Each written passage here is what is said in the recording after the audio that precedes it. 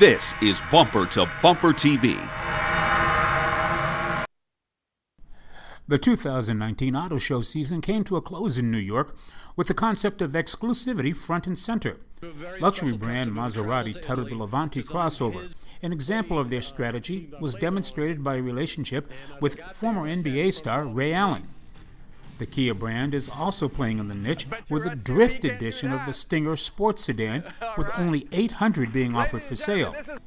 The company also provided a look at future product with a look at what the Nero might evolve into. Any blind spots become a thing of the past, with screens embedded in A-pillars carrying live video from cameras outside, essentially making the pillars transparent.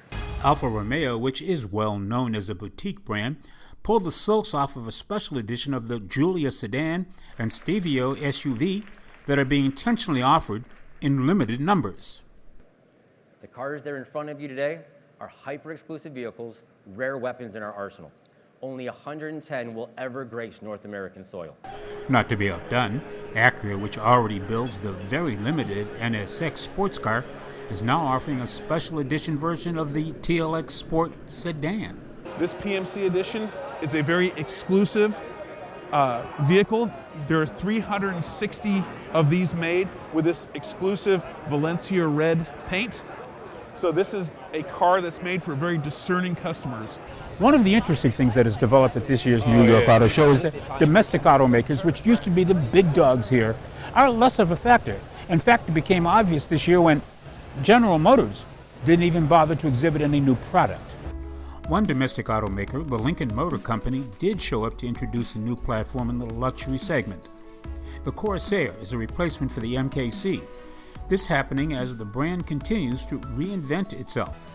Mercedes is trying to expand the luxury segment with another offering in the small crossover niche, the GLC Coupe. Or if you want to consider an alternative power platform, try this, the EQC, which will be offered soon with hybrid and full electric powertrains. For those who want a traditional three-row SUV, then the Alabama-built GLS should be a possible answer. Their cross-state competitor, Hyundai, is updating its bread-and-butter sedan, the Sonata. For 2020, look for refreshed lines and new technology in the Montgomery-built midsize. Mazda has announced a bold step in technology many competitors are avoiding. That Mazda Skyactiv D 2.2-liter diesel engine is joining the North American powertrain lineup this July. Mazda has worked tirelessly with federal and state agencies to ensure that this diesel engine has passed each and every regulation. Subaru, which has its own brand of loyal customers, is sticking with what works and did a visual refresh on the Outback. The 2020 version gets a new infotainment technology and a turbocharged engine for the first time in its history.